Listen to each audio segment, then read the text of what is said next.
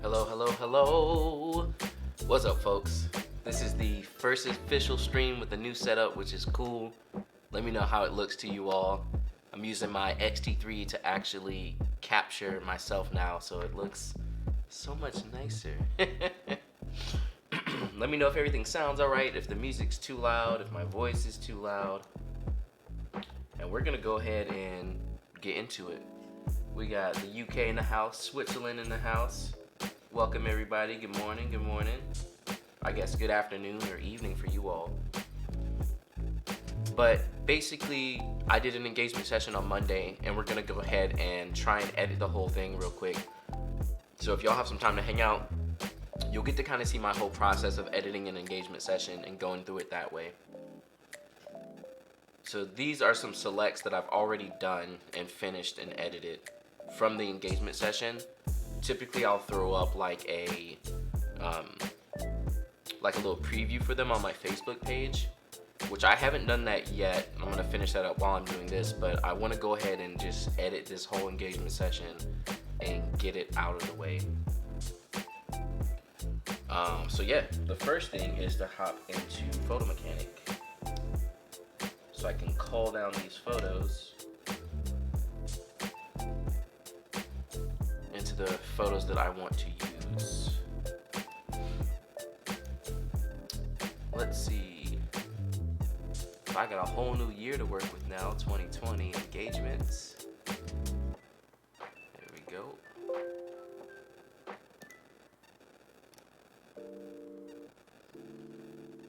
Mic seems quiet. Cool.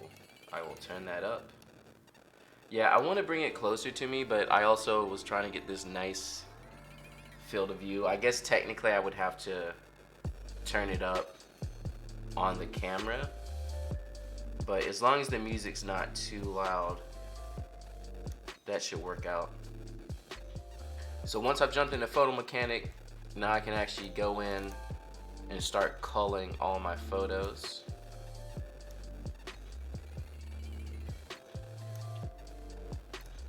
And basically what I do is I just go through, I thumb through real quick, and I hit 5 to 5 star a photo.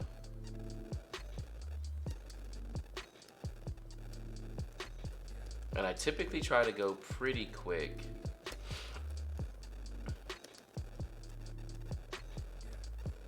I don't want to take too long thinking about things, because then it makes the process much, much slower. This is better.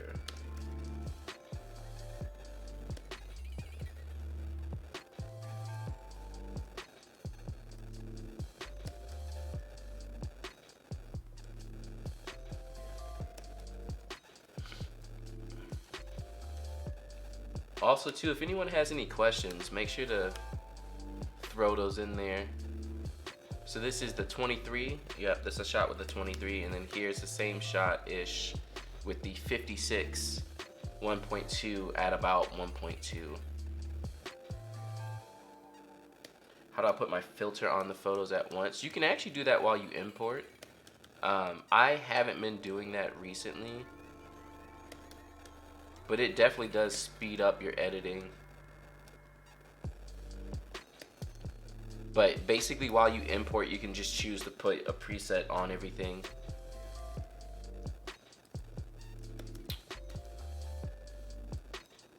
Man, I wish it wasn't switching between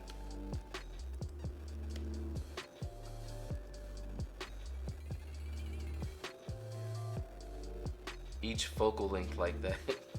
It's like hard to cull. Oh, you know why? Because I'm an idiot and I didn't do it by...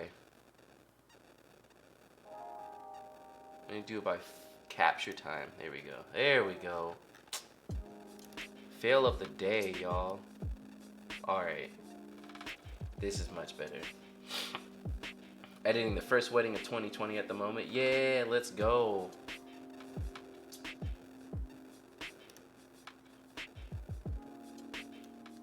There we go. This is much better. Yeah, that jump in between focal lengths like that is just too much. So we basically called all this already. Here we go with the 56. This is the 23.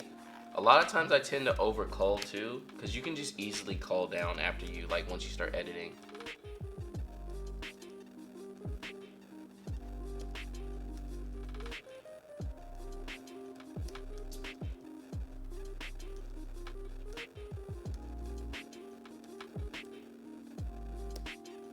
I'll be editing my first wedding later. Nice, y'all.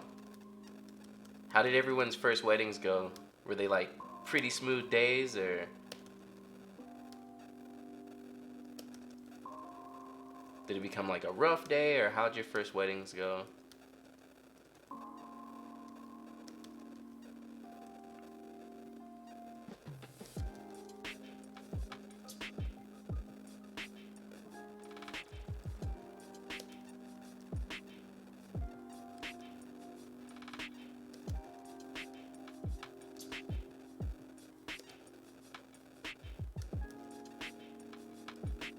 So these are what I would consider my warm-up shots. This is like me and the couple had just met each other. We're getting used to each other, figuring out what we want to do as far as photos and stuff. The location was okay, but we ended up not being able to go where we wanted to. These shots I think were with the 16 2.8 too, so. First wedding was smooth, but then afterwards they were awful. Oh no!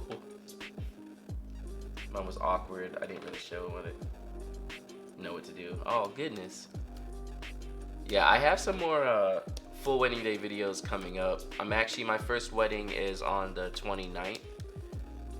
So I'm gonna be recording that wedding and making a full wedding day video out of it as well. And I did a behind the scenes of this engagement session too. So there's gonna be a behind the scenes of that as well. What crop factor does your X-T3? I think it's the normal crop factor, like a 1.5 or whatever it's called. 1.65. I can't remember what the exact number is. So here's a Brenizer. I'm gonna be doing a video on that, but I'm gonna thumb through it real quick so y'all can kind of see my process. But your first shot of a Brenizer should always be a safe shot. So like I could use this photo if I really wanted to. Like this is a decent photo by itself, and you should always have your first shot be a safe shot, and then after that you start taking your other shots that you're gonna be merging together.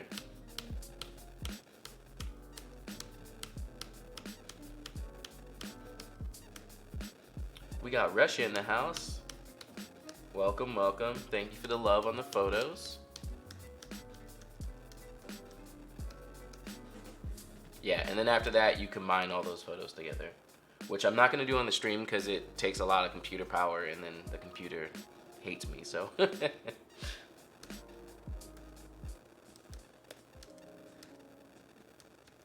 This was a little mural I found. It was by a Trader Joe's, but I liked the coloring, so The light was the worst though, because there was like, this was like under a parking garage, so the lighting in there is pretty horrible.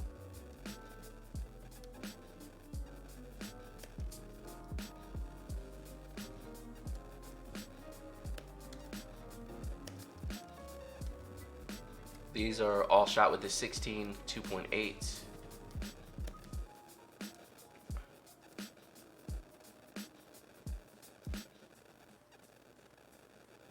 Yes, better.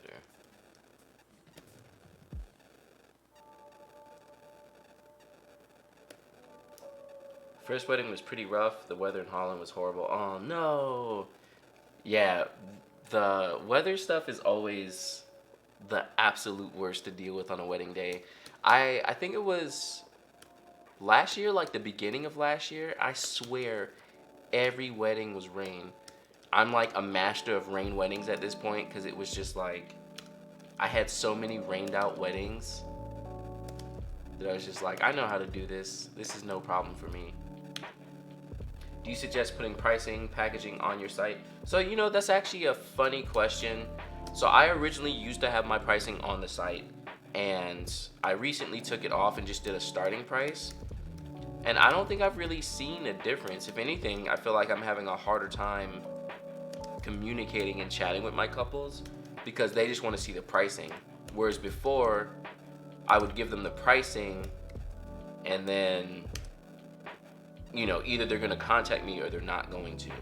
So I actually think I prefer having it on the site, but I just recently changed to not having it on the site, so I don't know which one is better. It really depends on your process.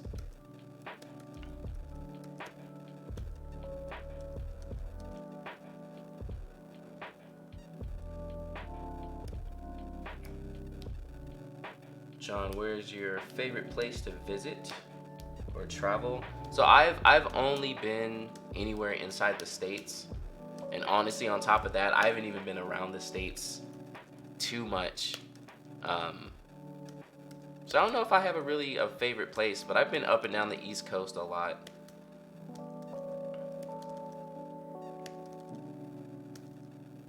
I just like seeing new places, really. That's really what it comes down to at the end of the day.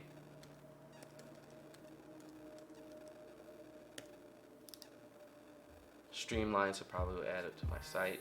Yeah, I think I'm gonna go back to showing my pricing on my site again, because like I would just rather you see what the pricing is for the most part, and then if it's too much for you, the problem with showing your pricing up front is it doesn't show your value. So value is what matters more than pricing, obviously. Like, you know, two photographers could be priced exactly the same, but if one is bringing a lot more value, technically you're getting way more for your money. So that's the only hard thing about showing your pricing right on the site, is that people aren't going to see the value. They're just going to go and look at the number and be like, oh, he costs X amount, and then that's the end of the story. So I'm still half and half on it, but I haven't found any advantages with only having a starting at price. Just told my technician I was busy. If you have Lightroom Classic or CC, do you still need the other one? Technically you don't need both. Classic is kind of like the main program to use. But on the same end, you can use CC on your iPad and your phone. So that's how I use both. These were all shot with the 56, and it was all continuous autofocus.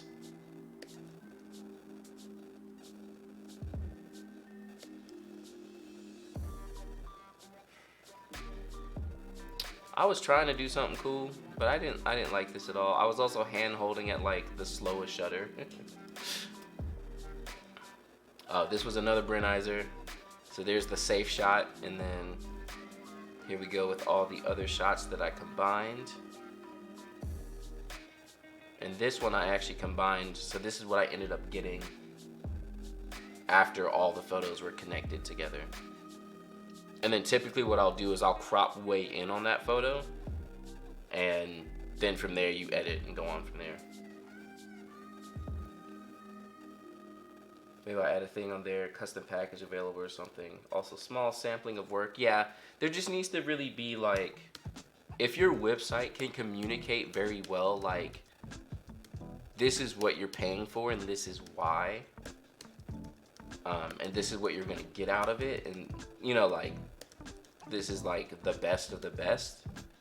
That's what you need on your website along with the pricing. If you don't have that, it's gonna end up not really working, and then people are just gonna look at your price and say, okay, it's X price, whatever.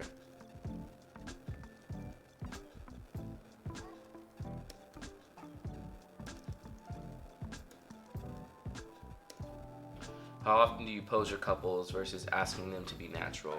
So I like to do what I call natural posing. So I always pose them. It's just I have them doing whatever they want to do in the pose. So a lot of times it's like, hey, stand like X. And then I have them just interact with each other. So it's kind of half and half of both all the time.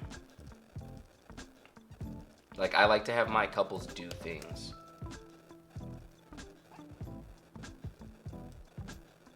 Versus it just being like, here's one pose, here's the next pose.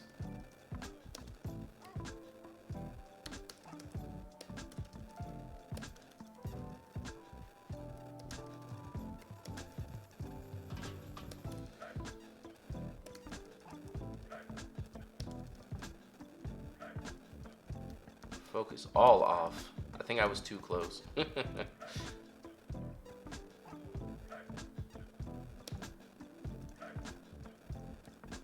They hit that dip.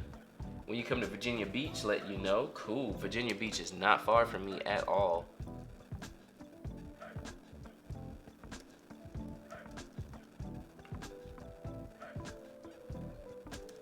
Some of these things too I may turn into a GIF.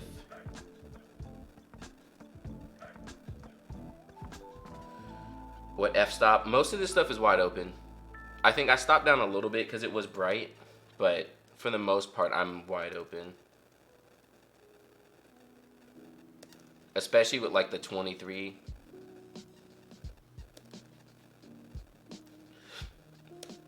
This is the 56. I'm pretty sure I was shooting that wide open as well.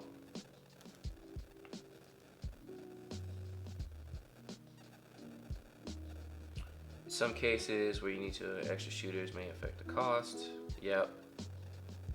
Just arrived. Hello, welcome, welcome. Would you consider photography as an art form? Yes. I haven't really done much other shooting than like just people. I kind of want to try some other things.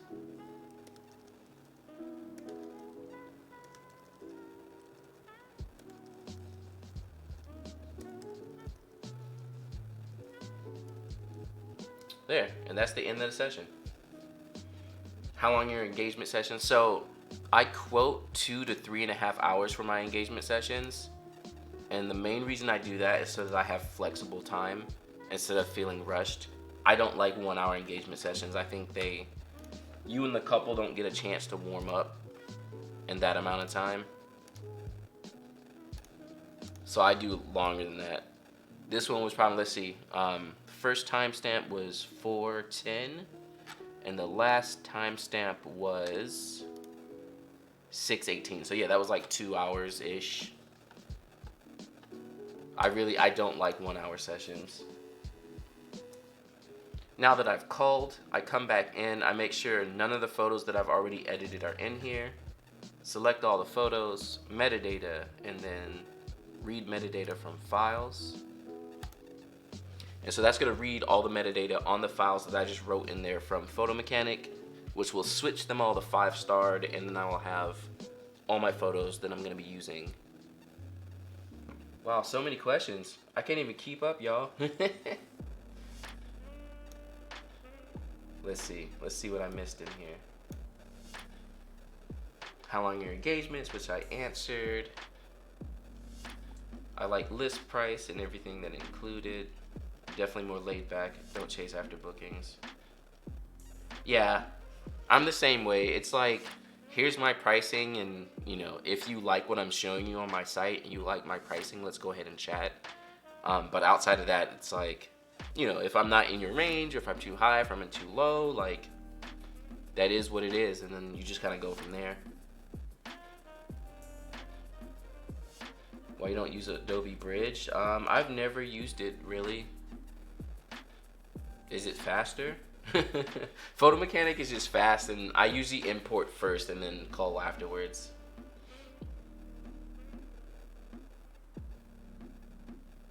Would love a session where you edit our photos. You know, so I actually did that. I did it once, and I want to do it again. I have a link. Let me get that for y'all.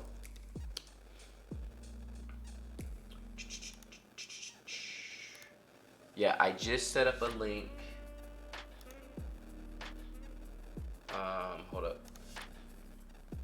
Hold up. Here we go. Yeah, if you all want to submit photos, you can submit them here, and I'll do another session of me editing people's photos. I'll do it live stream. Last time I did it as an actual video, but maybe next time I'll do it as a live stream instead. Product photography? Yeah, I probably would get into something like that. I do a lot of just like still life stuff sometimes, flat lays and things, so that might be cool. Greetings, John. Hope you're doing well. Do your style, building my business, and have my very first double header. Yeah, double headers. Man, I have a triple header coming up in like May or something.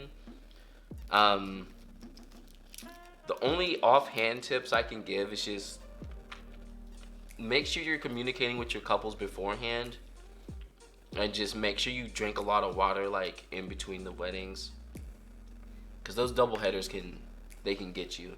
But communication is kind of like the main thing with everything. If you're not making your own timelines, which I'm gonna make a video about, I make timelines for all my weddings, even if they have planners. Like, I'm a part of that part of the day, of planning for the day, because by knowing what's gonna happen and telling everyone else what's gonna happen, I'm able to do what I need to do easier, rather than just showing up and taking pictures. The biggest thing you want to do for yourself as a photographer is don't just be the guy who shows up and takes pictures. Don't just be the shutter clicking person. You want to elevate yourself higher than that, and by just being like, oh hey, I booked you, and oh hey, I'll show up and take pictures, people just will equate you to the person who takes photos. Whereas if you're like, here's the timeline, this is what we're gonna do, when you're there in a day of coordinators asking you what's happening because you made the timeline, like, that's what you want. And that's how your days are smooth and easy. If you don't have that, your days are like, they're all over the place. And I've had weddings like that in the past, and it's not fun whatsoever. How many edited photos do you give your engagement sessions? It ranges, but it tends to be around like 90 to 100 photos. We'll see after this, everything I culled comes through.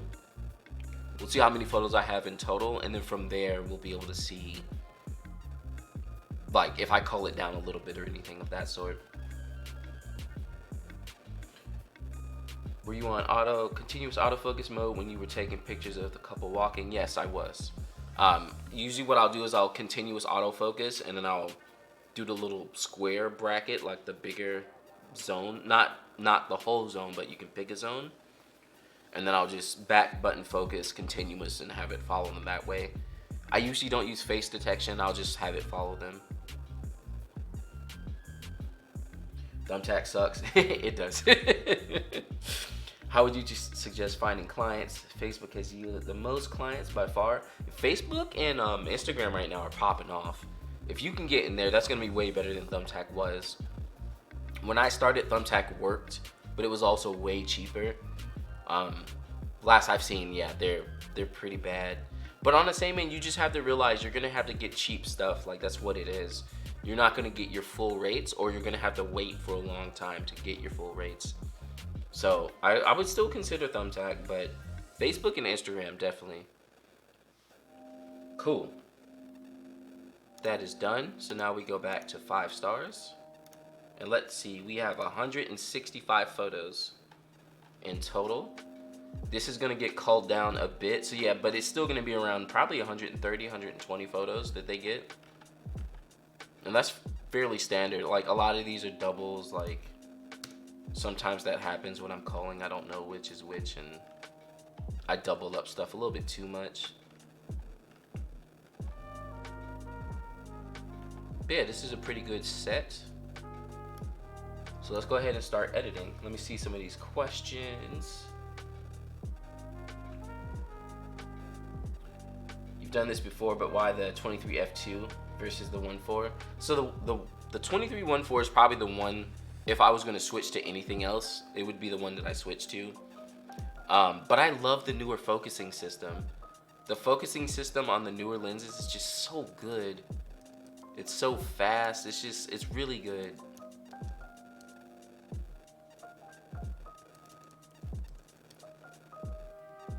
The 23 1.4 was the only one I could stand. The 35 1.4 I did not like at all. I don't know if I want to do it on all the photos, but I might whiten his teeth up a little bit.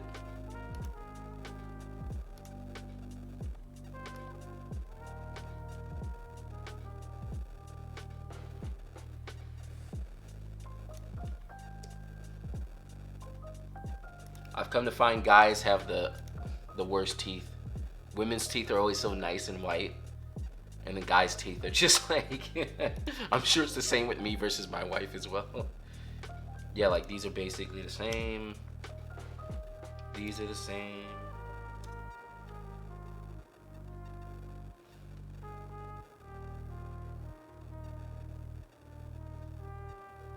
How would you go about finding a wedding photographer mentor? That's probably one of the harder things.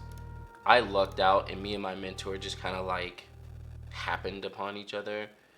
I would really just shoot messages out to any photographers that you really admire and then ask them how you can help them. So one big thing is don't just go around trying to get stuff for yourself.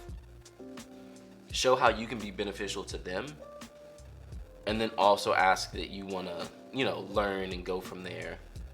That's really going to be best for you with finding a mentor, but find someone who really wants to help train others, which is honestly nearly impossible to find. There's not a lot of people who really care about others like that. They just want it for themselves. So you have to find someone who really wants to help you, and they don't care about like if you end up leaving their company and then doing better than them. They don't care about that. They just want to help you and have you help them while you're with them. That is what you want to find with a mentor. And I know that's like so vague and just, oh John, whatever, woo. You're like, I'm sorry that's the answer, but that's kind of how it works.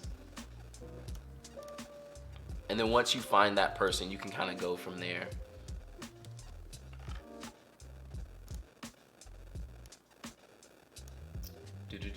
Where else could I find your Dropbox link? Let me post it for y'all one more time. Y'all can submit photos here, and I will edit them live. Not on this stream, but on another live stream, I'll edit them. And I'll be editing them with the natural fills preset, so that'll be a good look at how that's gonna look on your own photos. I'm shooting my first wedding Friday. Your videos are helpful. Any tips? I gave a couple tips earlier, but you know, just pay attention to what's happening. Be very aware. Don't be afraid to try stuff. And a lot of this stuff comes before the wedding. It's a lot of communication and how you communicate with your clients. So hopefully you've been doing well with that before the wedding, but that's really one of the biggest parts, is making sure your communication is really good. I feel like it's too warm. I can't get like...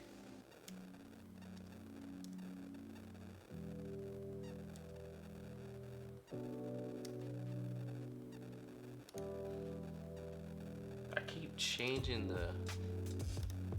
I hate white balance is the bane of my existence. probably should have Kelvined it a little bit better.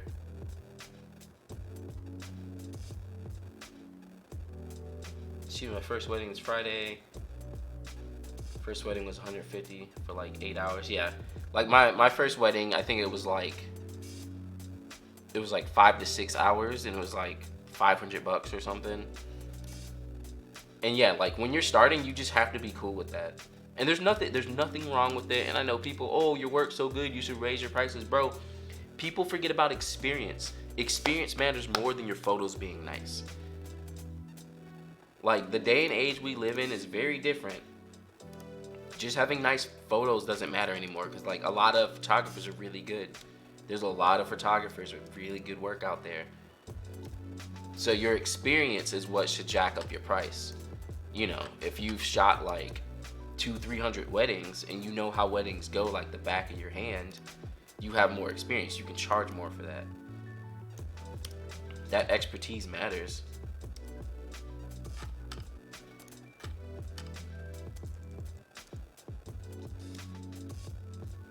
Is this out of focus? Oh no, okay. I was like, Lightroom loading all slow. It's my dude Matthew. Super important question. Do you miss the locks? I kind of do. Every now and then I'm like, man, why'd I cut them? But it's easier to manage. I couldn't put it up in a bun myself. So like every day I had to go to my wife and be like, hey, can you put my hair up? So that was kind of funny. So just y'all know what I'm doing with the edits too, because I am going kind of fast. So I'm using the syncing photos. So you sync your edits between photos, and it's easier to do within the same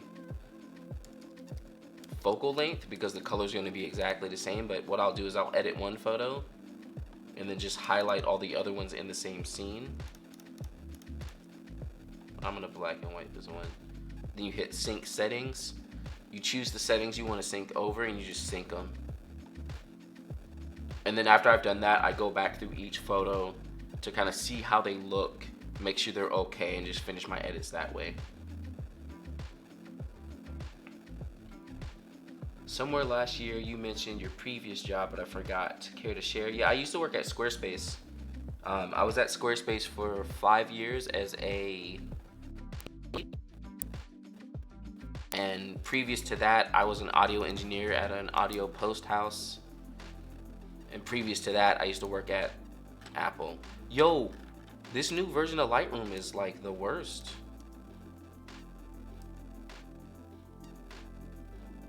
It's like not loading the photos quick enough.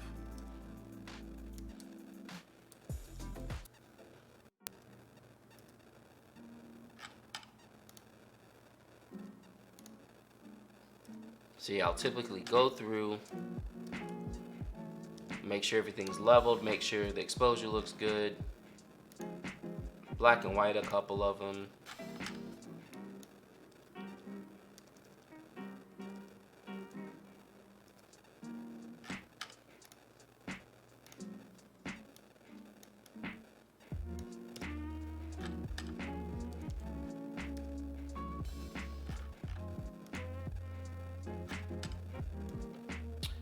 I just got this new keyboard too, and I need to start actually using it.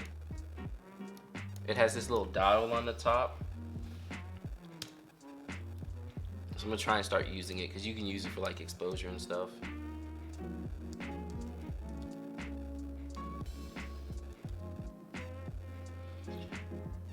My mentor was my wedding photographer. Yeah, I actually I have a guy right now who's kind of mentoring with me. I did his wedding. So that's been cool. And it's always fun because like you already know the person. They're kind of genuine with you already. You know, it's like it's a good little setup. So one thing I do a lot of times, especially if the lighting is like this where they're backlit so hard and I didn't have like a reflector or something, you can just use a shadow save and paint that on them a little bit. You got to make sure it looks natural still. Don't shadow save too hard and like suck all the shadows out of them, but just a little bit to brighten them up enough.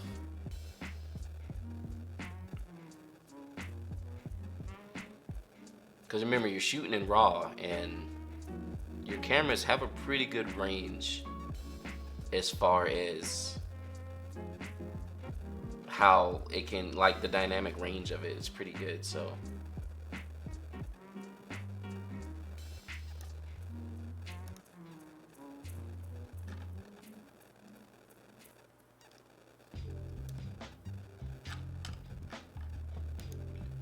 I might make a GIF out of this photo.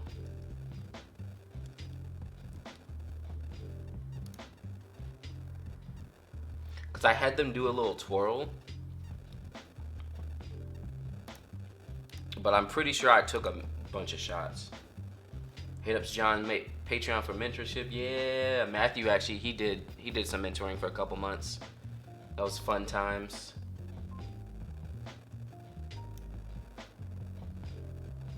I have my first decent paid gig coming up. What lenses do you recommend? I have the 85-1.8, 28-75 2.8. Yeah, that's actually, that sounds good. As long as you feel like you have enough range to take the shots that you feel you need, that's really it. I'm not a big believer in like having 50 different lenses. I'm just not. Oops. So I'm selecting all these and these. I'm gonna sync the settings, but I also want to sync the transform on this one.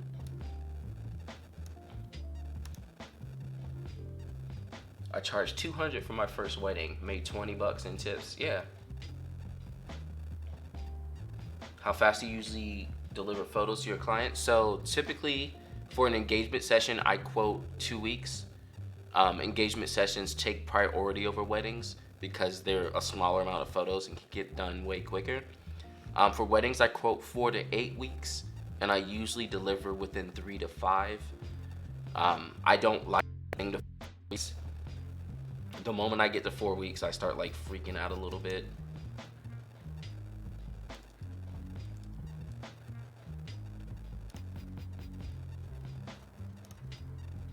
Sync. We're gonna sync one more time. So yeah, like this engagement session was on Monday. I'm gonna plan on finishing these photos today, and I'm just gonna go ahead and deliver them. So that's like a 2-day turnaround. Like if I'm able to do something like that, I'll go ahead and just do it.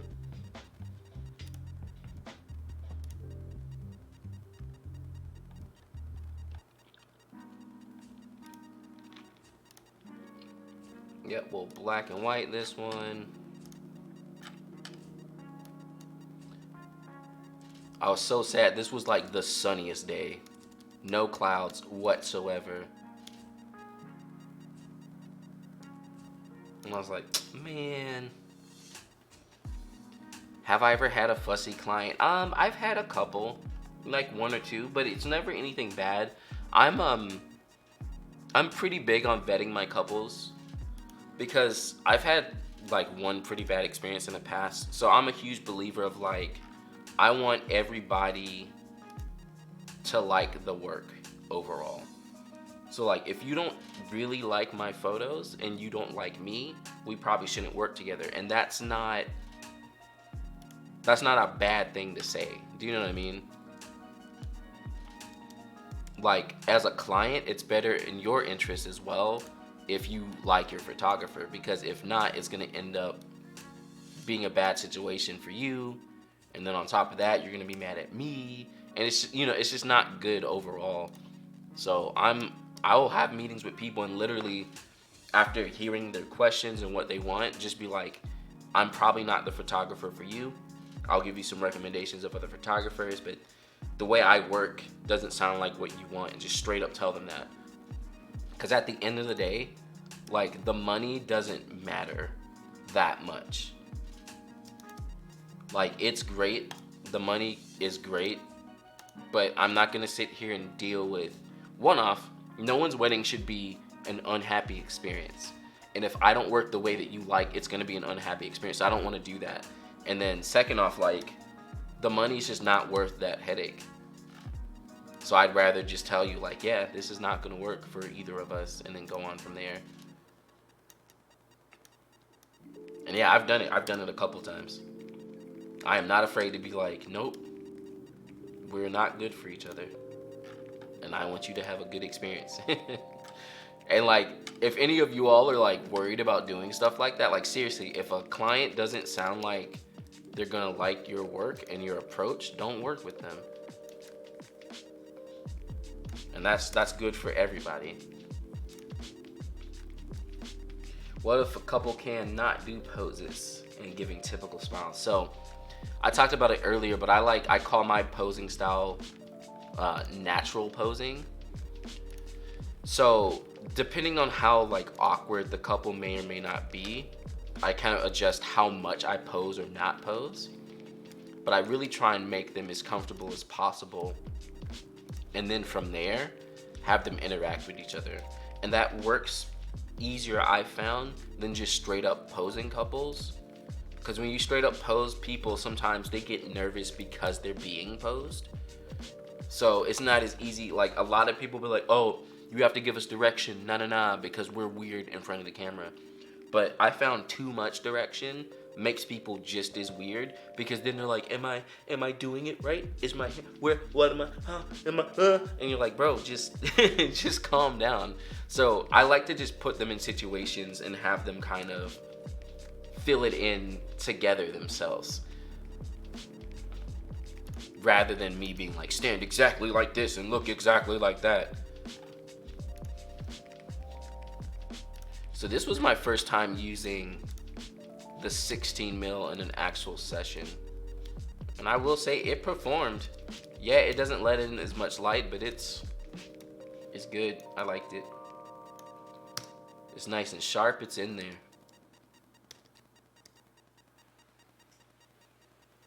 So many questions. I love you guys are hanging out. I love it. I love it so much.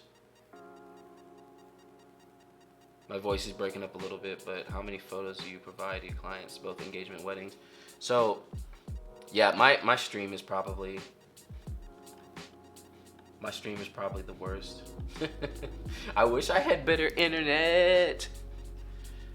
So how many photos? Engagements range around 100-ish, give or take. Weddings are average around 650. But that ranges. I tend to over deliver, so couples will get like 1,000 photos, 800 photos, 900 photos, somewhere in there.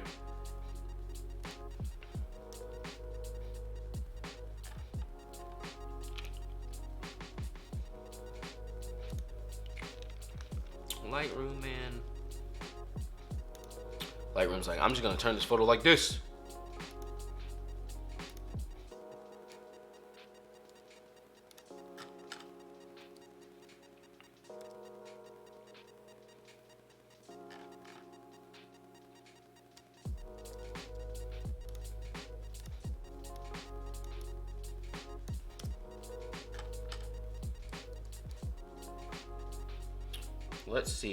Let's see these questions.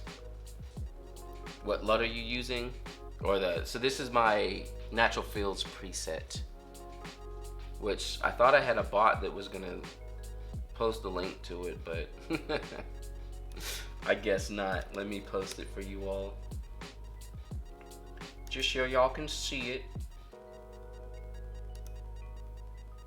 So this is the preset that I'm using on all my photos here.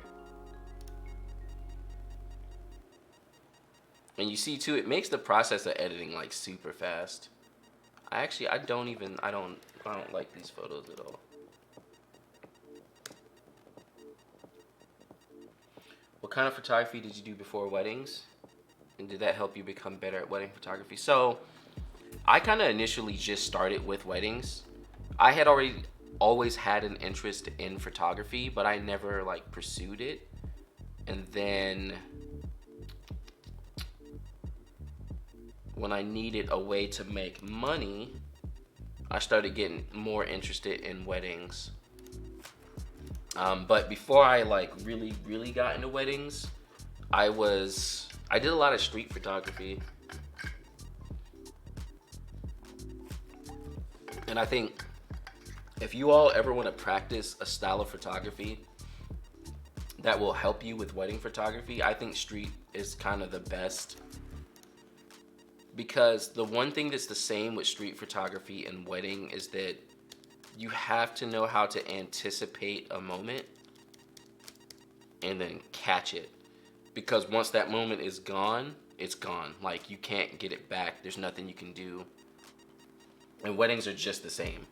Like, you have to know when something's about to happen and be there and be ready for it. So street photography kind of helped me with that sense.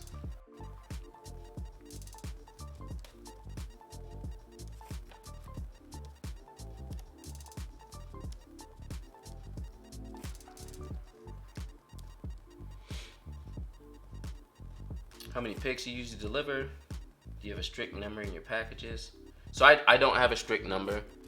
So I usually tell my clients like average, but I was just talking about that earlier. So 650 average for weddings. That's give or take. It ranges a lot. Generally, it'll be like in the 700 to 900 range. And then for engagements, it's around 100 or so.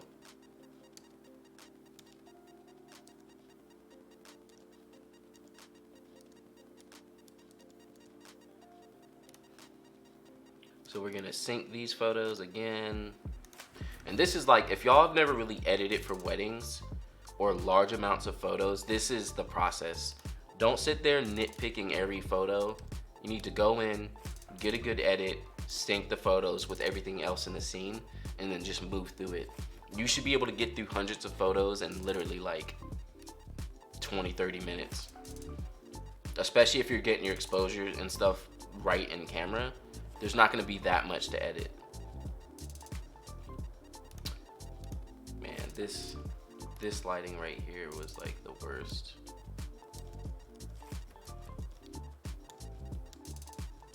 That yellow is like,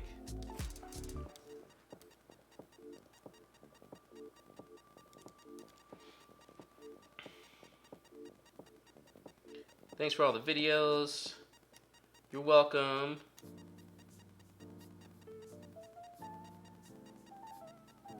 How has your experiences been with working with videographers?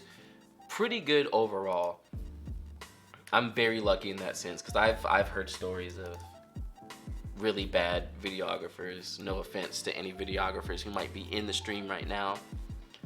I had one guy, and this dude was like 7 feet tall, and he like set his tripod up, dead center, maybe like 10 feet away from the couple during the ceremony, and I was like, bruh.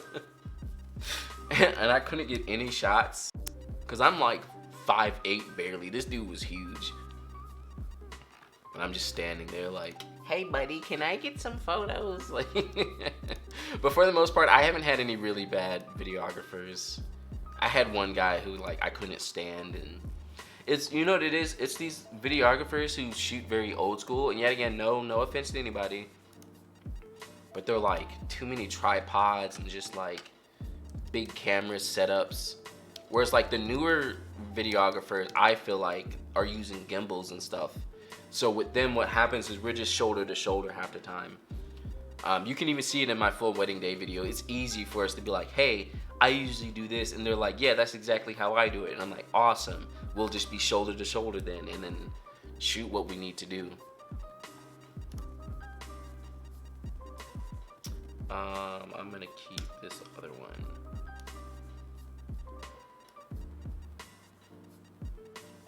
Is it unprofessional to save engagement photos from Instagram to help out with poses? No, not at all. I have a, I'm pretty sure I have a whole list of things that I've saved. Let me see. How do you even get to your own lists? Saved. I don't know how the focusing does on my camera here. Oh, and it's but you can kind of see it there. I have different, I save models and stuff, and I also save like poses and things. Cause yeah, it's not, you know, you got to learn somewhere. You know what I mean? Like, there's, you know, I know all the poses. I know them. I created every pose. Like, there's no way. And I've come to find in like every art too, everyone's always like so worried about being original and all this stuff. Nothing's original. Nothing's original. I was a musician first and foremost. Like, that's what I'm trained in. I used to make beats and stuff. I went to school for music production and sound design. And all you ever do is listen to other people to learn techniques. Yeah, it has your own flip on it because it's you. But at the end of the day, you're just listening to other people's stuff to learn. So it's the same thing, saving like a little gallery of photos of other photographers that you admire. It's the same difference. Don't copy them, but learn from what they're doing and then put your own sauce on it, basically. There's nothing wrong with that at all. Oh, my bot is working. Oh no, that was me.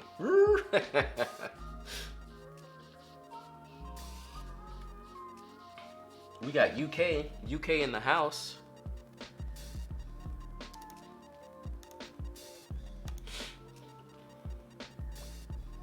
What are you doing like off season when there's no weddings? So I'm focusing pretty heavily on YouTube. So off season for me is YouTube. It's just recording a bunch of videos, editing videos. And then as far as wedding photography is concerned, it's making sure my processes are laid down well, which I need to do a lot more of. And also, you know, like in Honeybook, I have workflows and stuff. So making sure that the workflows are nice and they work out for the clients, and it helps me streamline how I talk to them. And then just keeping up with people so that I can book new clients.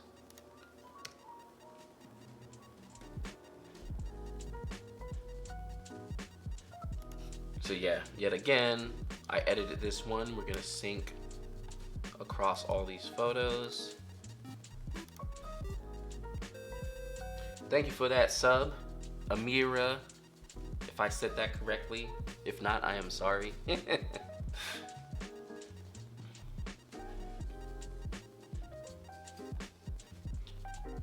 I've shot a couple small weddings recently, and the clients requested a couple hours only for their budget. I'm thinking about maybe a couple hundred photos for the reception and family portrait. And I shoot street too. Awesome. Yeah, I mean, that's a good pricing if they just want a couple hours. And I think, so comparatively, I know sometimes it's hard to be like, oh, I can't book weddings because there's all these other great photographers. A place where someone starting out can do well is those couples who are literally like, I want 3 to 4 hours. Because someone like me who's been doing it for a while, I'm not going to do that unless it's like an elopement or something. But if it's like a full wedding day and they're literally like, I just want 3 hours, like, I'm not going to do that. Thank you for that sub. Yo, the only thing I don't like about the 16 is I feel like there's a lot of distortion, even more than the 14. So yeah, if you're a starting photographer, pick up on those couples who are like, I want 4 hours of coverage. Do it. Get in there, get your little bit of money, get your practice. Like, get in there and do it.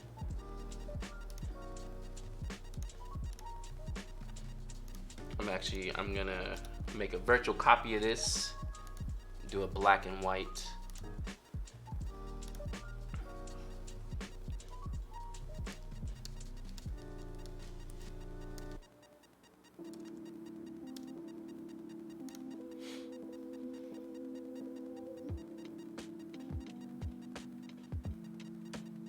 Absolutely love your work and your videos. Thank you so much.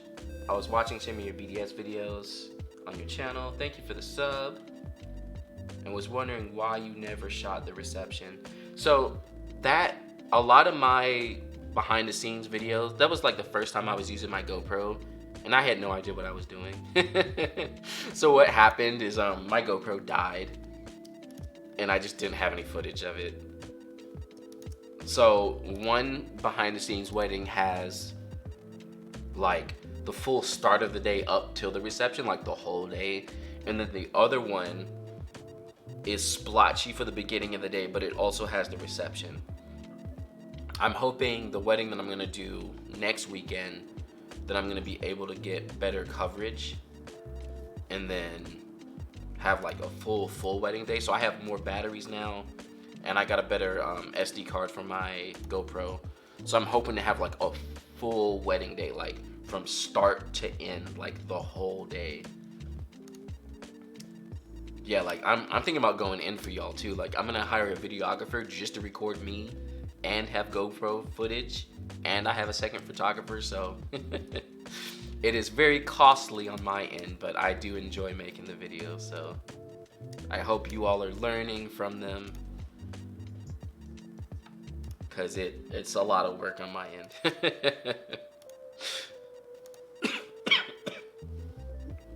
Man, I got a headache. Have you shot with 50 to 140 for weddings? I have not shot any zooms at all. I don't think I've shot with a zoom lens in my whole career. I've always been prime only.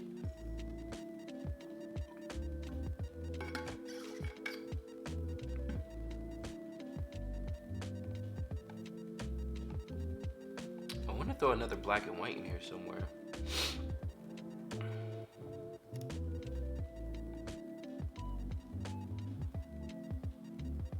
Videographer here, super important to choreograph your position and movement together. Yes, it is very important. And that's the biggest thing. Like, there's a lot of photographers who will be quick to be like, oh, videographers, and it's like, no, guys. Everybody's trying to do their best to get the best for the couple. So instead of just always like giving everybody crap, like, let's try to work together.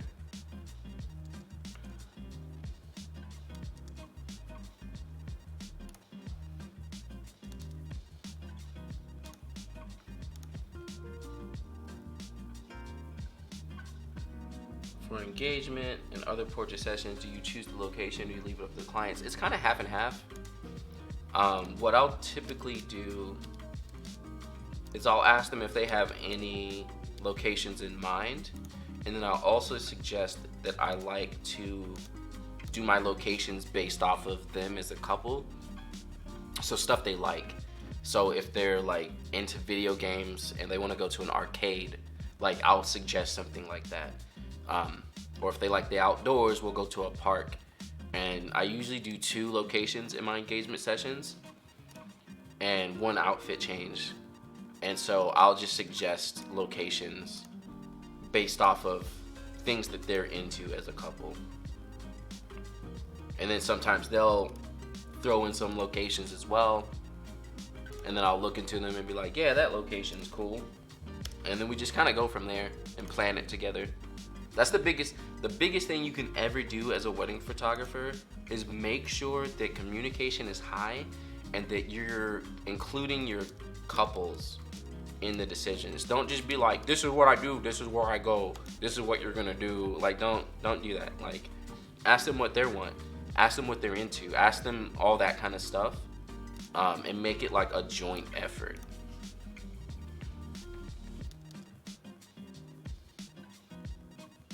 I can't tell if I missed the focus or if Lightroom is just like not loading the photo.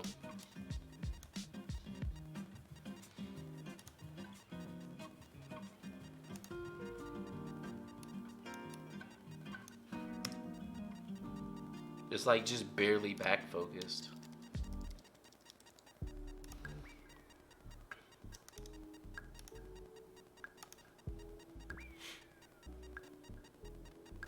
Do you do video and photos or just photos? I'm thinking about trying to do both.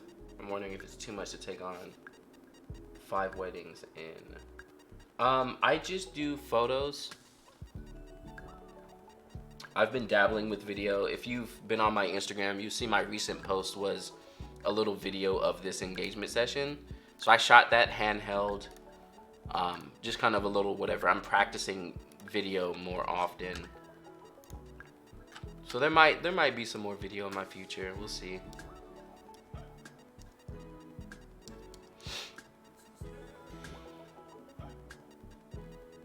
Will I be able to watch this later after work? Yes. This is gonna be online, so you can come back and watch the whole thing.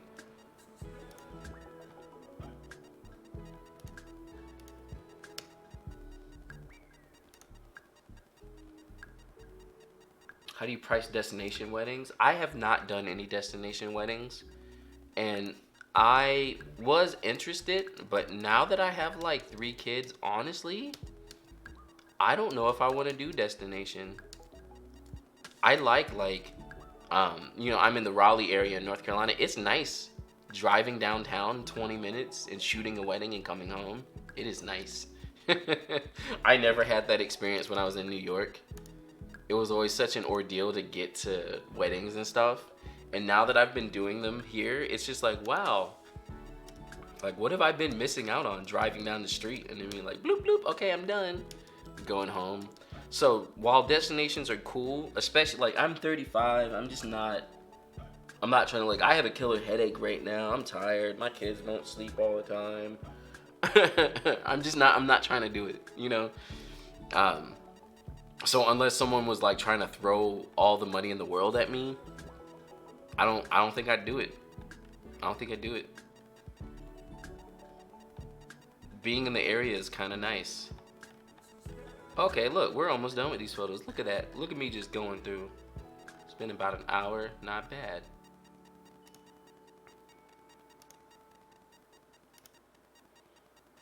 What's your favorite portrait lens?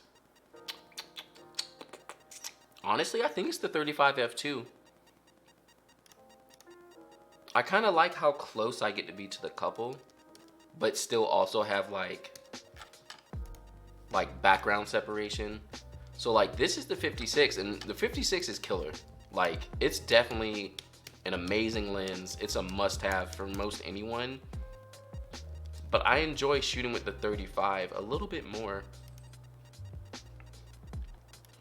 And I'm always surprised whenever that happens. Like I would just rather shoot with the 35 f2. There's something about how close you are to the couple or your subject, and then also that background separation you get from being that close to them. And then there's just like a little bit of whiteness, because like for me to get this much whiteness on this photo, I had to be fairly far away from them.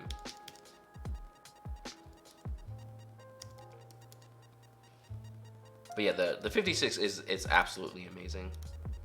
But 35 f2 is probably my favorite.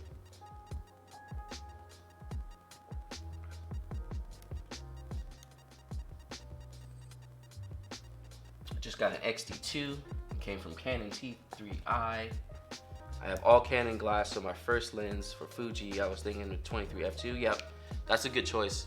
23 f2 is a good wide range, and it's cheap yet again. That's another reason why I love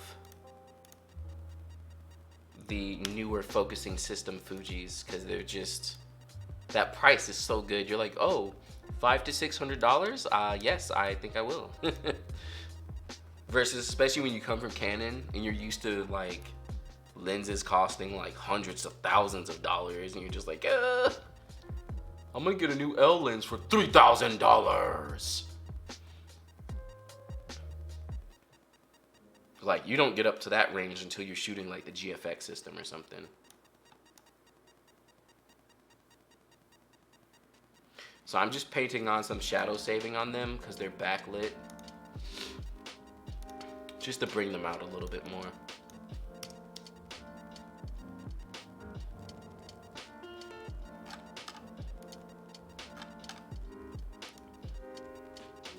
Have you ever shot in New York City? I have. I actually started my photography business in New York City.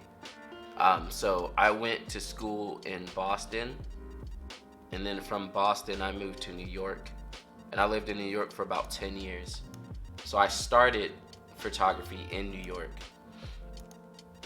I did it for 4 years while I had a day job at the same time, because remember, I was at Squarespace for 5 years. And then from there, I moved back home to North Carolina. So that's where I am now. So I still get up to New York pretty often, actually. Like I was saying earlier with destination weddings, I got to a point where I was like, well, I just don't want to travel. But I still have couples booking me in New York. I don't even advertising there anymore. So yeah, I still shoot in New York pretty often. Actually, my second wedding of the year, which is like the end of March, is in New Jersey. So like I'm up there pretty often. I'm thinking about, if y'all are interested, if there's New York folks in here, I might do a meetup or something. Cause I'm gonna be in New York in April for like a full week. So it'd be cool to just do a little meetup or something, maybe a photo walk. Or maybe I could get a model and just do a little session or something. Yeah, if y'all are in New York and you'd be down for that, let me know.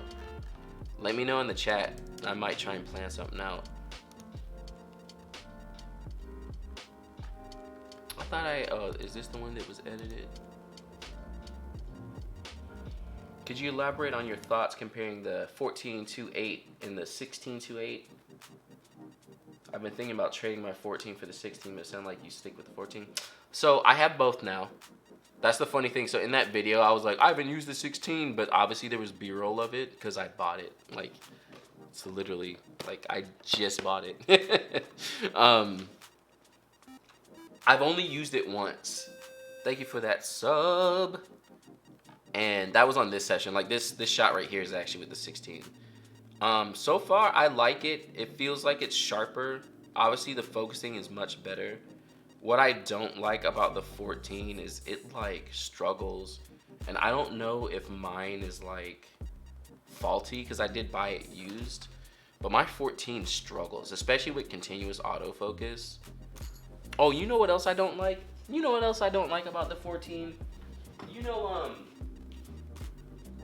so all the old Fujis have this like, whatever this thing is to turn on manual. I hate this thing because like all the time at weddings, because I'm using this in receptions, somehow it gets pushed back to manual, and then I shoot a couple photos and I'm like, oh, why'd I miss the focus? And then I'm like, oh, it's set to manual. So yeah, so far, but I've only used the 16 like once for a real session. So far, the 16 is working for me. I'm liking it.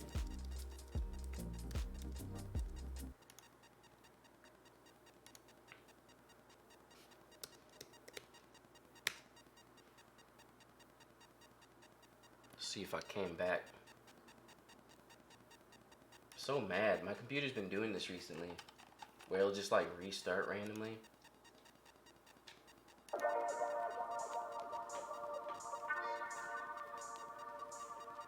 There we go.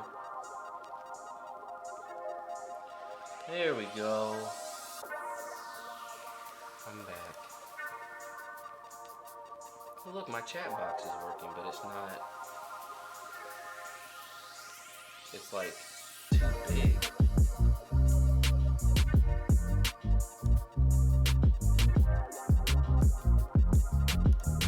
So dumb.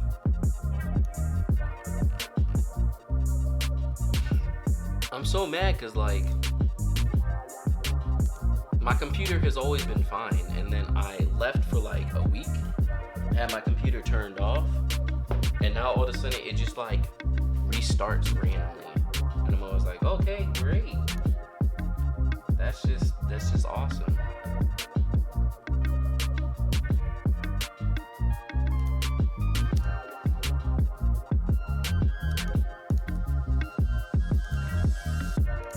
Alright, let me hit some of these questions I missed.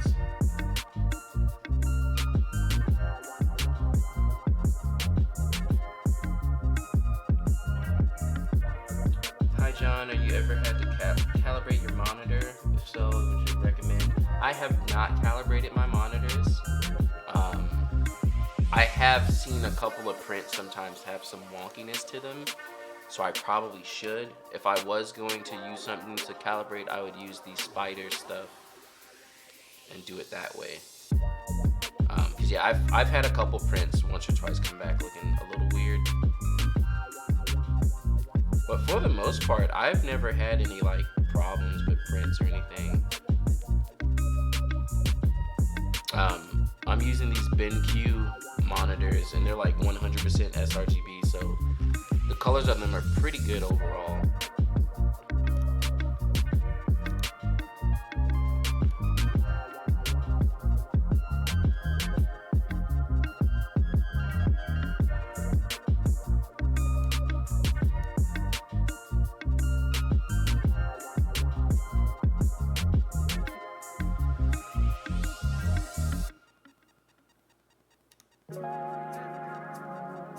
I'd love to see a video of you shooting and editing with the Sony system so we can hear your thoughts.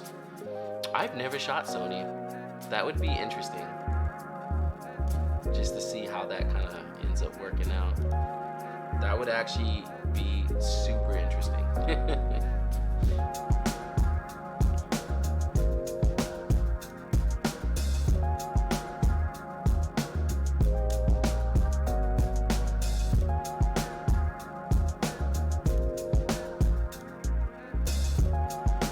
But I have edited Sony stuff because I've had seconds and stuff for use Sony, so.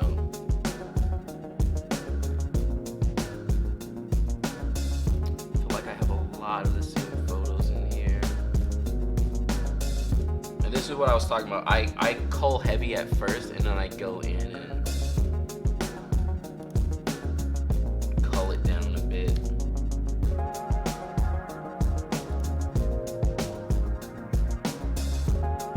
Like, I don't mind having some similar shots, but when it's like too much of the same,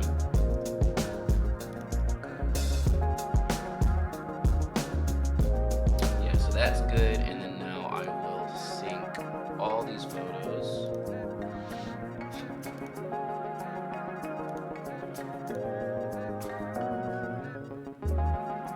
Lightroom windows not showing properly. Oh yeah, you're right. Thank you for pointing that out.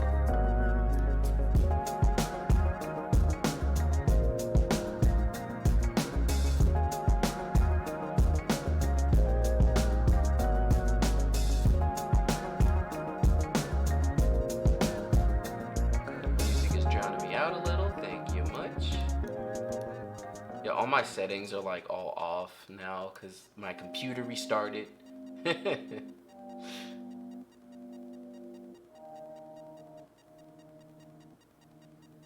Thank you much. Sorry about that, guys.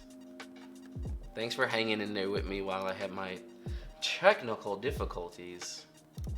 Let's hope I can finish this before it decides it wants to restart again.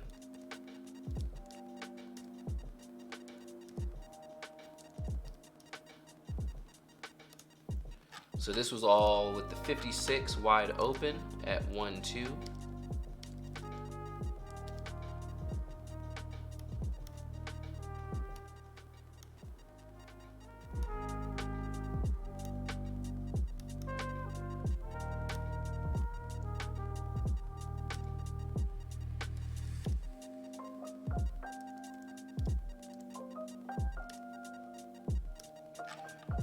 But yeah, the reason I wanted to live stream these edits too is because I'm going to also have a behind the scenes video of this engagement session. So you all can kind of see the edits and everything, and then also kind of see how the engagement session went down. Which once I'm done editing these photos, I can actually go ahead and start editing the video as well. So keep an eye out for that in the next couple weeks or so.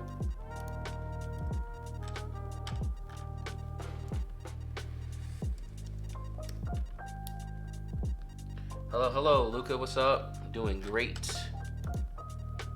Shot this long with the 16. Look at that distortion. Let's see if we can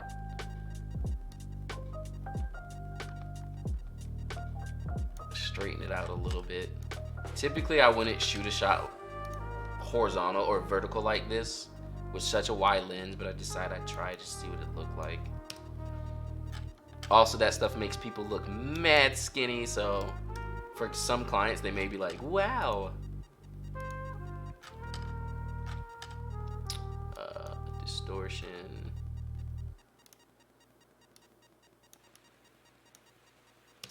Looks like an iPhone photo, basically. Yes to the NY meetup. Maybe an editing class. Ooh, that'd be fun. Yeah, I'll see what I can do. No promises, but yeah, maybe we can get in there. Do a little something.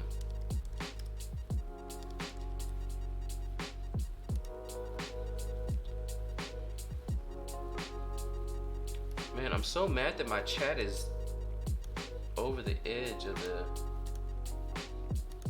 what is this? Ah, ta-da.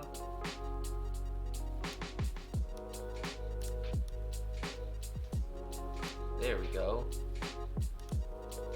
Finally got my chat back. I don't know why it was never working before.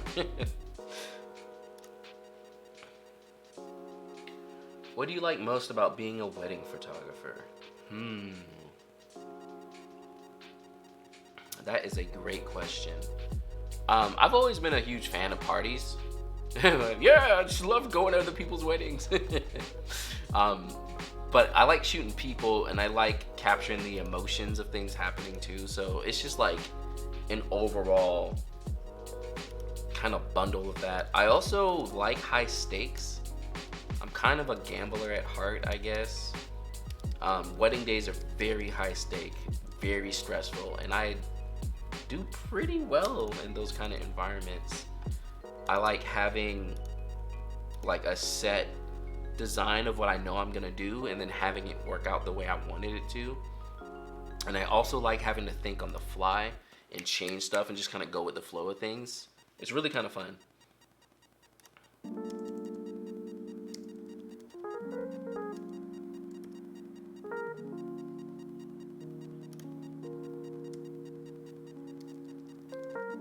Because yeah, a lot of weddings, you know, they're not easy. Definitely very stressful, very high stakes. There's a lot of emotions involved. There's just a lot. There's parents, there's family, there's a lot to deal with.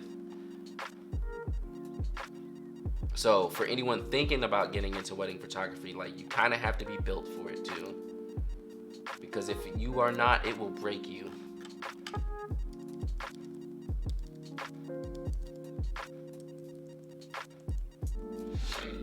So at this point of the day, I was shooting in Kelvin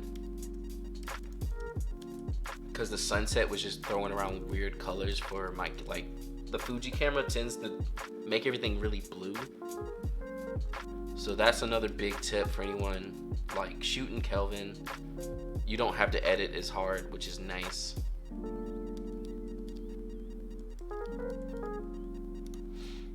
And then after that, we're gonna sync all these up. Oh, hold up. That's too much of a double. We'll get rid of this one.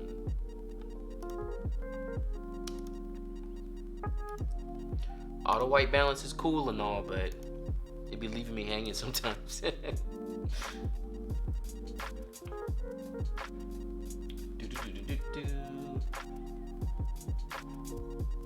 I get stressed, but I'm sure as much more.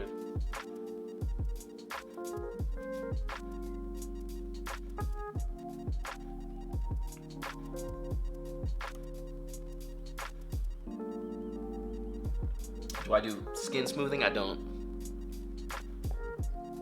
do a lot of skin smoothing. I'll do it if it's needed, and I do it more on photos that are like, if it's more like I'm working with a model or something of that sort, I'll do it more for that type of stuff. But it depends on the couple. Like, they look great, their skin looks pretty good. I like to keep my couples looking natural. I don't want to change it too much so they don't look like themselves.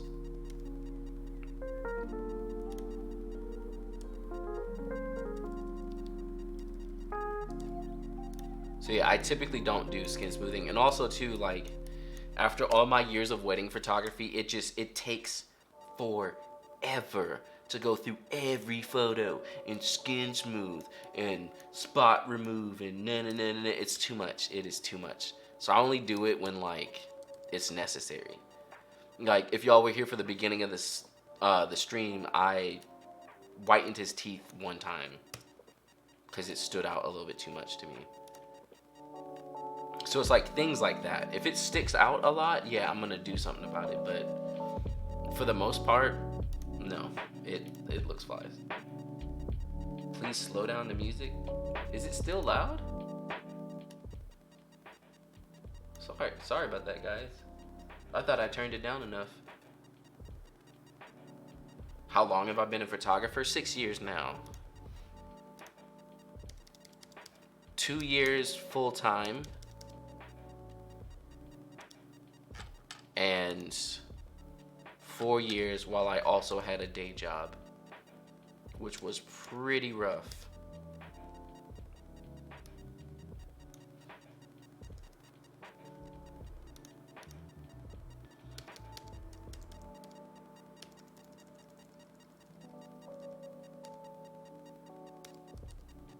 Yeah, this new version of Lightroom's not loading the photos right. We got Rush in here. Hello, welcome, welcome. I'm so glad I got my chat box back in there. So let's see. Sometimes what I like to do too is I'll just pick the single lens, so 56.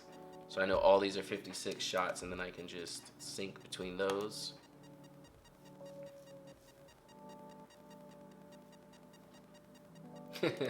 Don't worry about the English. I think I got it. I understood what you were trying to ask. Let's sync that stuff again.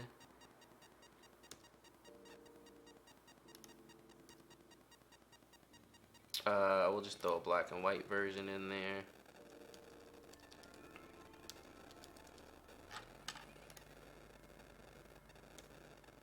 Super random, but I met Phil. Oh, nice. And he spoke so highly about you. I can't wait to meet you. Yeah, yeah, yeah, yeah, yeah. So for anyone just hanging out in here, Phil is my mentor. He kind of helped me out. He's who helped me switch to Fuji. And yeah, Phil is super awesome. He is super awesome. He helped me get my start. And the cool thing is, like, finding a mentor early on is better, but I had been shooting for like 2 years already when I found my mentor. So I had an idea of what I was doing. He just really helped solidify everything. So it made a lot more sense, and I wasn't like struggling. And then now I have someone that like I can chat to about things. So if I do end up having a couple who's unhappy, like I can hit him up and just be like, hey, you know, you've been doing this for longer than I have. Like, how would you approach this? So that was like the last 3 years for me, was having him being able to do that for me, which has been a huge help. Even after already being a wedding photographer for like 2 years. I think that was with the 16? No, it was not. That was the 23.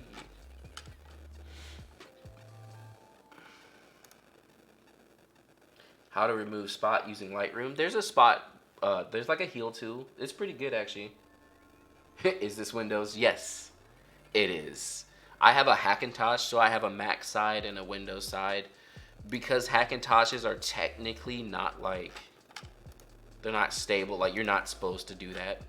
I don't do my photo work on there because I've had my Hackintoshes just like give up on me sometimes. And I can't do that with paid client work. I just can't. So I do all my photo work on the Windows side. I remember you from a wedding I attended in Cooperstown, New York. Oh, snap. Oh, wait, Cooperstown? I wonder whose wedding was that? I don't even remember where that is.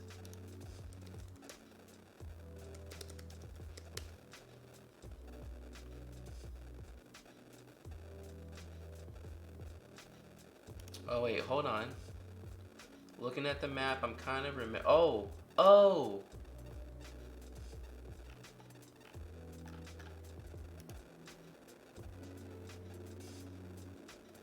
Was this, I don't even have photos of that wedding anywhere. Let's see, hold on.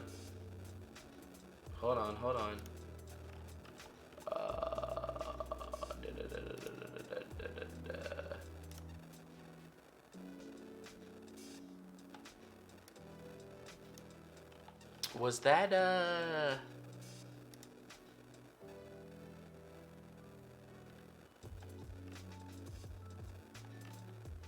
was that this wedding?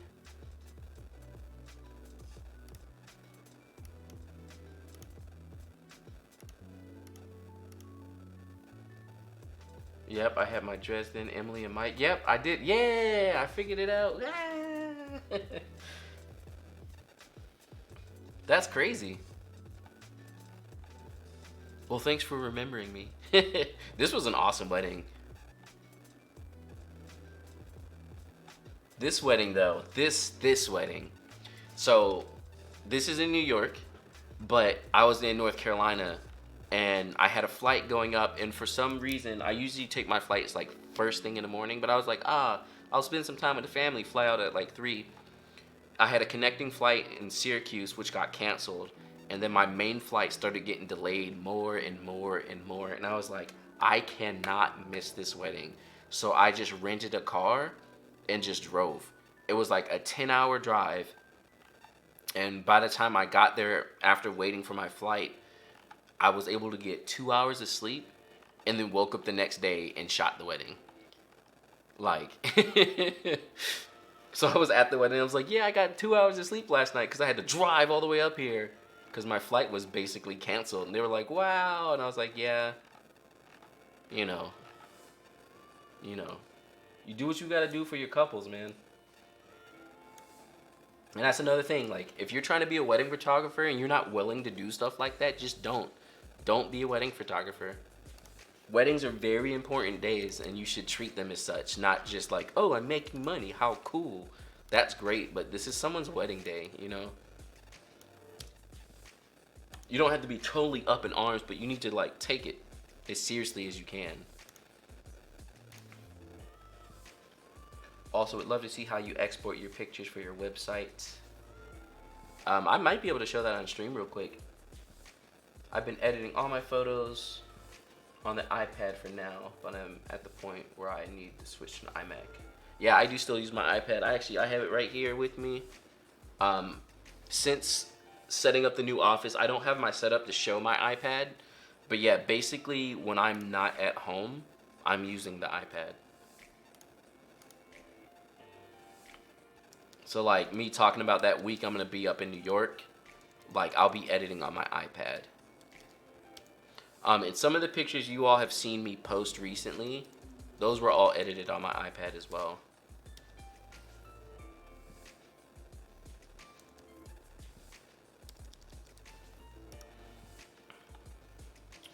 Let's sync these settings. Couldn't tell because I was still on the dance floor. Yeah, I'm pretty high-spirited person. So even when I'm like deathly tired or just like in a bad mood, like me being in a bad mood is like a lot of people's good moods when they are just not good mood people.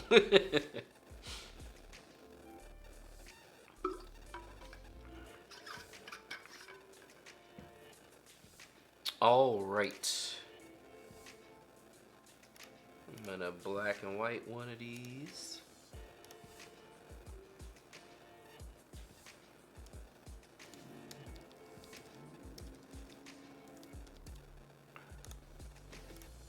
And then the exposure. One thing I like to do sometimes too is just use the quick edit tools, so you can just hit your exposure that way rather than having to like go into each photo and go to develop and then do it that way.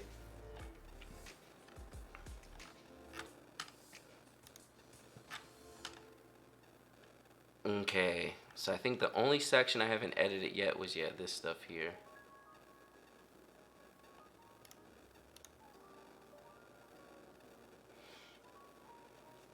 What week will you be in NYC? That is April. I think it's around like the 18th through the 20 something. Yeah. The 17th through the 25th. Or I'm sorry, the 18th through the 25th. And I have 2 weddings while I'm up there. So yeah, I might try and do something during the week.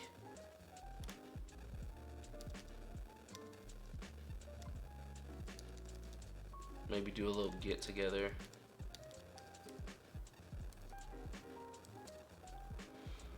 What is your maximum ISO for f2 lenses? Maximum, absolute maximum, like 2000. I don't like to go over that.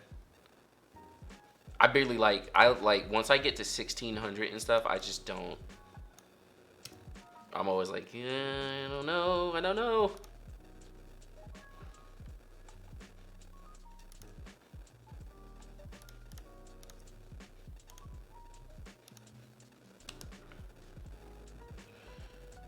What about CC 2020? It's not a bad software. It's usable. But if you're on a desktop, like, I don't even see the point. It's not bad. If you're doing like just Instagram stuff and you're like an Instagram content creator and you just need like quick, nice photo edits, then yeah. CC is probably a good choice. But aside from that, you're gonna want to use Classic. If you're doing like any type of serious work, you're gonna want to use Classic. For me, CC is like I'm using my iPad. What is that darkness around them? Is that the lens? What is that?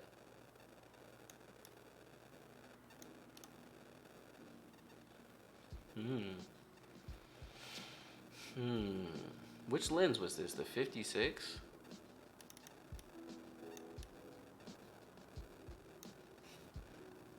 It's weird. Cause yeah, I have no painted adjustments on them, so I don't know what that is. Are you doing any workshops, groups, or one-on-ones? Not right now, but now that we're sitting here talking about it, maybe I'll break something out in New York while I'm up there. I gotta figure out like planning and stuff.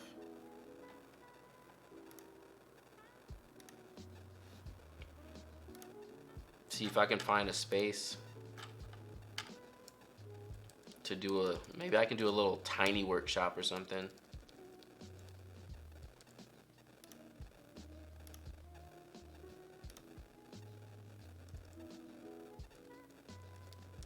Like a short little impromptu one-day thing. Love your work. Thank you so much. Them Fuji colors.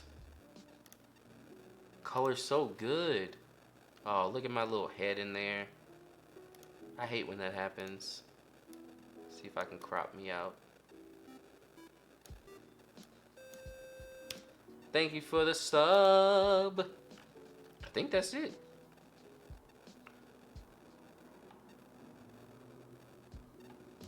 Let's just go through these real quick. Yeah, that was just the 56. I don't know what the 56 was doing. I love doing photos like this where the couple's just like tiny.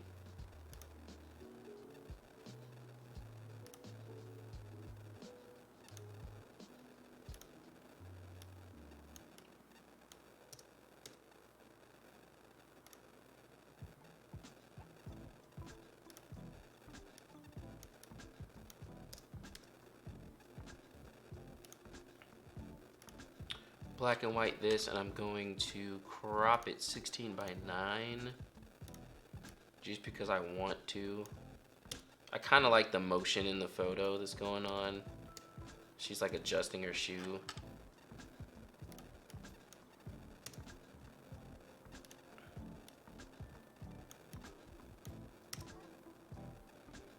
I'll probably throw some tilt shift on the photo too since it's so wide.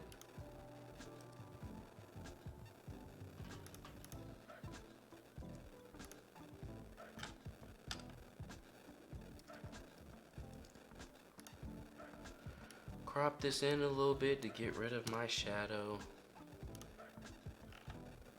Awesome, and then I look to see if there's anything with no edits, and there is one that's snuck in there.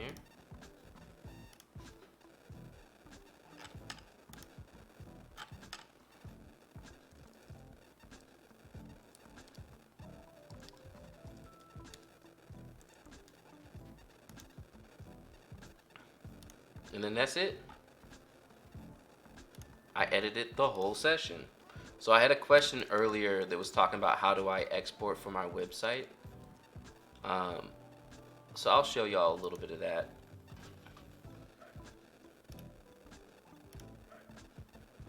So once I am done with a whole session, Everything's edited. It's looking the way I want it to. So I'm just gonna edit one photo just so y'all can get an idea.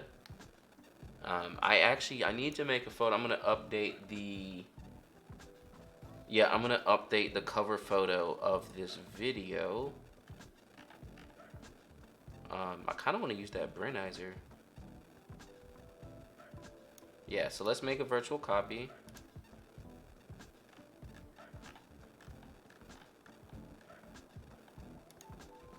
And then I'm going to 16:9 crop it.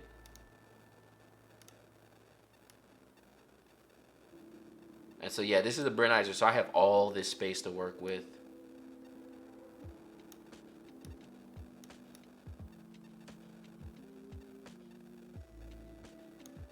So there's my crop.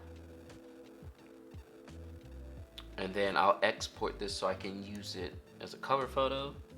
So we're gonna export. It puts it in their folder. I'm gonna put it in the other folder. JPEG 100%. I'm gonna resize the fit to 2500. Thank you for that sub. Keep the resolution 300. I'm sharpening from screen low, and then after it, I'm gonna open it in exposure 4. So that's my export. Hopefully my computer doesn't freak out, but it usually does when I export while I'm streaming.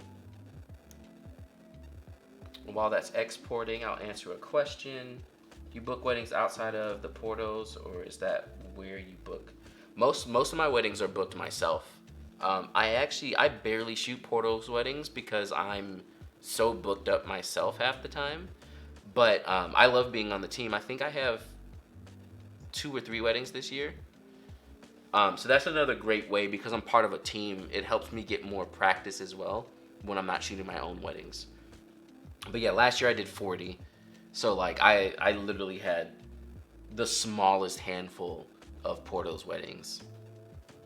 Yo, what is with this export? This should have gone, oh well, it is a Brenizer, okay.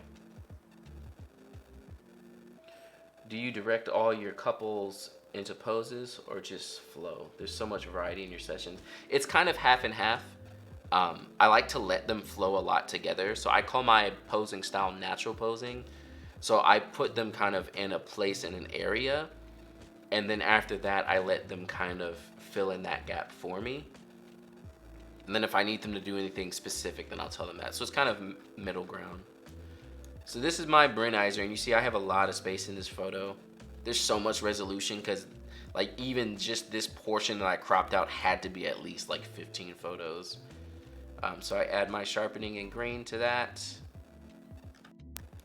You can kind of see it there, the before and after.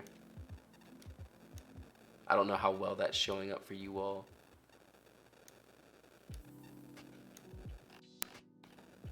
And then yeah, so that's usually how I export from my website. After I do that, I will typically throw the photo into JPEG Mini to make sure it's nice and small. So JPEG Mini is a program that will truncate your file sizes of your photos, but keep them looking good. So I can go find that photo and drag it inside of JPEG Mini. And so see, it made it smaller, but it kept the resolution. And then that's pretty much it. After I've done that, then I upload it to my website.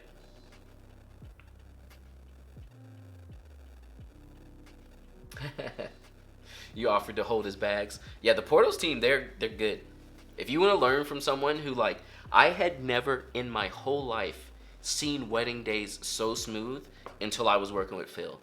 And like I would second with him and just be like, what, how is this possible? I feel like I'm almost standing around all day. And like you're getting work done, you're doing work and you're getting great photos. But like the stress of wedding days I had before working with him, it was just like insanity. And then his days were just like, you show up here, you shoot that, you do this, you shoot that, you do this, you do that, it's done. And I was like, what, bruh? How? But that's how my wedding days are now after watching his process. And a lot of people, when they second with me, it's the same thing. They're like, bro, how is this so smooth? The whole day was just like, da da da da da da.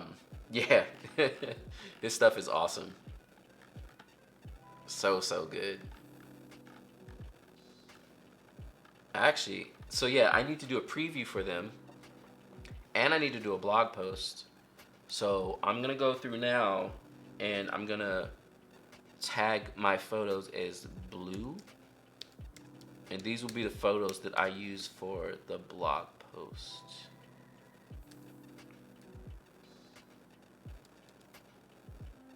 So this is kind of like the second step of putting stuff out for your website. Is after I finish all the photos, then I go through and figure out which ones I want for the site specifically.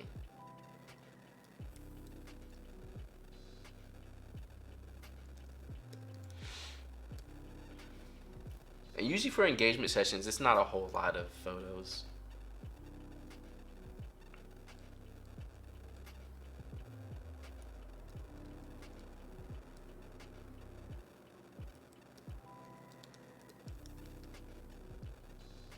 Yeah, engagement sessions are usually real quick. Picking the photos like this for weddings is such an ordeal.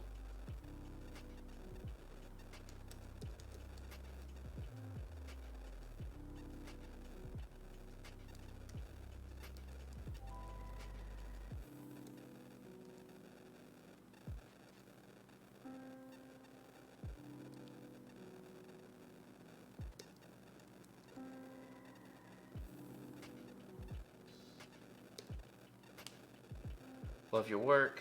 Happy to see your editing. Thank you, thank you. Do you send sneak peeks for weddings, or you just, yeah, I do sneak peeks for weddings as well.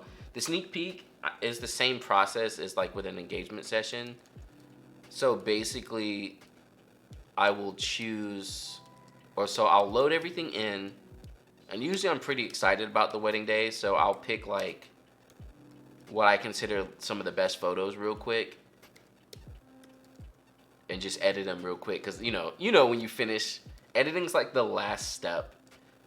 So you're like finishing your photos, you get them in, you import them, like yeah, let me edit some of those banger shots I knew I took, and then that ends up being my preview. I'll paste that to my Facebook page, and then that gives them a little preview, and then I do the rest of the edits.